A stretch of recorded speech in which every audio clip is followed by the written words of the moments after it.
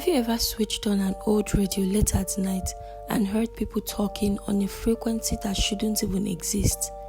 Most people would dismiss it as nothing more than interference, but in a small Nigerian village, one old man discovered a radio station that only the dead listened to.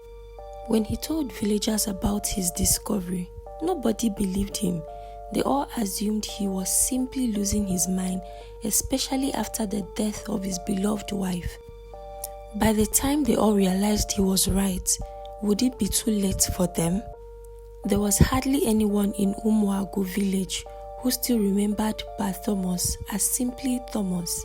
To the younger generation, he was the quiet old man who walked with a carved wooden stick and greeted everyone with a gentle smile. To the older men, however, he was still the carpenter whose hands had built half the doors and bed in the village. There had been a time when people traveled from neighboring communities just to hire him because everybody believed one thing: if Pa Thomas made it, it would last. He had not always been old. There was a time his workshop was the busiest place in the village. The smell of freshly cut timber filled the air from morning till evening, and the sound of his hammer echoed long after other craftsmen had gone home. He worked hard, but never so hard that he forgot the person waiting for him at home. Her name was Norma. Whenever people spoke about true love in Umuagu, they never used big speeches or quoted books. They simply pointed at Thomas and Norma. Norma married him when he had almost nothing. His workshop was little more than a shed built with old zinc sheets, and some days he returned home without earning enough money to buy meat for dinner. Yet, she never complained. Instead, she would laugh, serve him whatever food she had managed to prepare, and remind him that no season remained forever. One day, she often said, "People will wait in line just to buy your furniture." Thomas would laugh every time she said it. "You believe in me more than I believe in myself." "I have to," she replied. "One of us must." Years later, she was proven right. His business grew, orders increased. Their small mud house slowly became a beautiful cement building. One child became two, and before they realized it, they had 3 beautiful children altogether, 1 son and 2 daughters. Thomas worked. Norma managed the home. They argued occasionally like every married couple, but never went to bed angry. If Thomas offended her, he simply apologized. If Norma was wrong, she admitted it. Pride never lasted living inside their home. Every evening after supper, they carried 2 old wooden chairs outside beneath the mango tree in their compound. While other families preferred television, Thomas and Norma preferred an old brown radio. It had become part of their marriage. Sometimes they listened to news, sometimes to high life music. Sometimes the signal became poor and Thomas would gently tap the side of the radio. Norma always laughed. "You like this radio more than me." Thomas would pretend to think about it before answering. "I've known you longer." She would burst into laughter. "You are lying." "You're right," he would reply. "I only said that because I wanted to see you smile." It became their little joke. Their children grew up watching their routine almost every evening. Then life changed without warning. One afternoon, Thomas was helping roof a newly completed building when a heavy timber slipped from above. It struck his leg so bad that he remained in the hospital for weeks. Although he survived, he never fully recovered. The doctors advised him against heavy carpentry.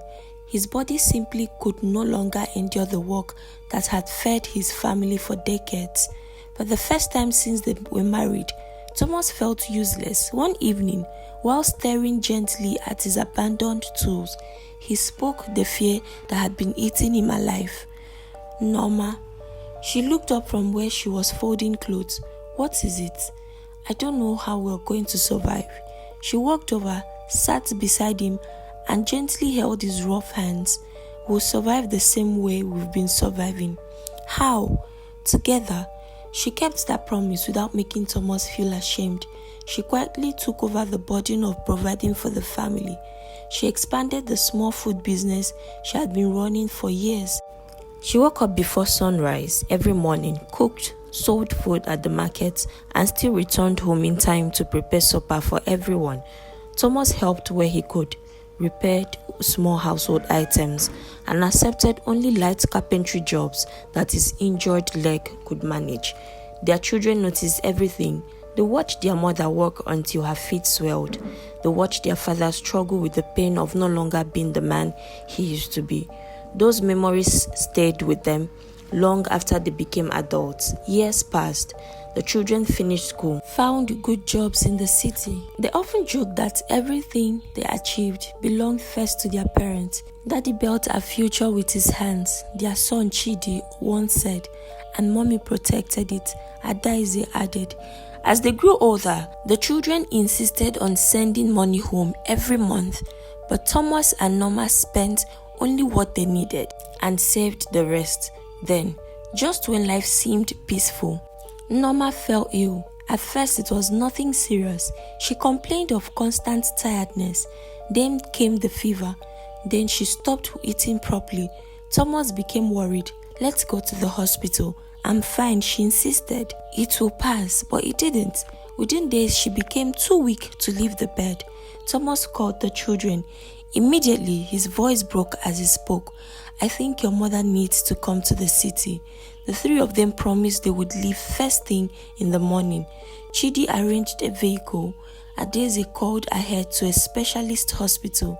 Their younger sister packed clothes before dawn. They drove through the night, believing they would still find their mother alive. They were wrong.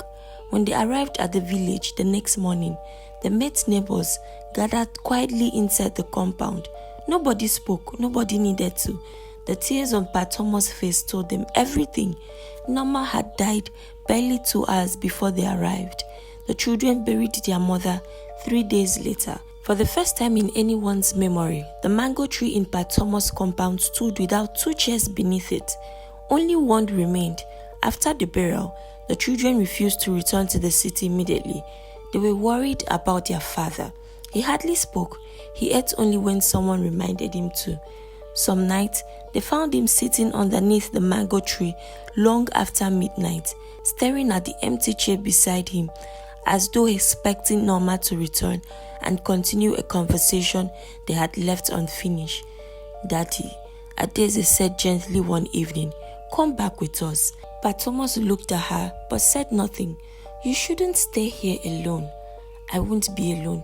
Chidi frowned. What do you mean? But Thomas turned towards the small cemetery behind the church where Nama had been buried only days earlier. Your mother is here. Adeze's eyes filled with tears. Mommy is with God, I know. He smiled sadly. But everything we built together is here. That workshop, this mango tree, this house, even that old radio she loved teasing me about. If I leave this village now, it will feel like I have left her behind. The children looked at one another. For the first time, they stopped trying to convince him. It wasn't stubbornness keeping their father in Umuagu. It was grief, real grief. Instead of forcing him, they found another solution. They paid a responsible young man named Emeka to stop by every morning, fetch water, sweep the compound, and make sure Pa Thomas never lacked food. Before returning to the city, they also bought him a small mobile phone with large buttons. If you miss us, Adeze said, blessing it in his hands, call us. I will. And if you need anything, I'll call. And promise you won't keep things to yourself. Pa Thomas smiled. I promise. For a while, life settled into a routine. Every morning, Emeka came by before heading to his own work. Every evening, Pa Thomas still carried one chair beneath the mango tree. The only difference was that the second chair remained empty, and the old brown radio sitting between them had become his only companion. Until one afternoon, the radio stopped working. At first, he treated it like one of those small household problems that old things always developed. He carried it into the veranda after lunch, sat with it on his lap, and began turning the knob gently from one end to the other. The antenna leaned to one side like a tired neck, and the brown wooden casing had lost most of its shine, but he still handled it carefully, the way someone would handle something that carried memories. He removed the old batteries, rubbed their ends together against his wrapper, fixed them back, and tried again. Nothing came out. He tapped the side twice, waited, adjusted the knob again, then held the radio close to his ear as if it might whisper instead of speaking. It remained silent. When Emeka arrived that evening to fetch water and sweep the compound, he found Pa Thomas still sitting with the radio beside him. The young man smiled and shook his head. "Papa, let this radio rest. It is tired. Even people retire." Pa Thomas did not find this funny. He looked at the radio for a long moment and replied, "Some things are not kept because they are useful. Some things are kept because of who touched them." Emeka's smile faded because he understood immediately. He had seen enough of Pa Thomas' grief to know that the radio was not just a radio. It was a piece of the life he had shared with Norma. That evening, after Emeka left, Pa Thomas removed the batteries completely and placed them on the window ledge. He told himself he would call Chidi the next day and ask if someone in the city could repair old radios. He did not want a new one. A new radio could bring music into the family, but it would not bring back the evenings when Norma sat beside him beneath the mango tree, laughing whenever the signal misbehaved. So he carried the silent radio outside and placed it beneath the wide bedroom window, partly because the veranda was cool and partly because he did not want to keep staring at it inside the room. The night was unusually quiet. There had been signs of rain earlier, but the clouds had moved away without falling, leaving the village wrapped in heavy heat. But Thomas ate little things that night, locked the front door, checked the back entrance twice out of habit, and went into his room. For a long time he could not sleep. He lay on his face, facing Norma's empty side of the bed, listening to the distance of crickets and the occasional barking of dogs somewhere beyond the next compound. Eventually, tiredness pulled him under. He woke up suddenly, not because someone touched him, but because he heard voices. At first, he thought some people had stopped outside his window to talk. The voices were low, steady, and strangely clear, floating into the room with the faint cracking sound of a radio station caught between them. But Thomas opened his eyes and remained still. The room was dark, but the window was wide enough to show the pale outline of the compound outside. He waited, expecting to hear footsteps or laughter, but there was nothing like that. The voice continued, calm and official, as though someone was reading announcements in a studio far away. "Good evening, Pa Thomas," the voice said. "The night is deep, and those who are awake may now listen." His heart began to pound. Slowly, Pa Thomas pushed himself up and leaned towards the window. Outside, under the shadow of the wall, the old radio was speaking. The same radio that had no batteries inside it. The same radio that had died in his hands. If you haven't subscribed to Jenny Has a Story, please do, so you wouldn't miss out on the part 2.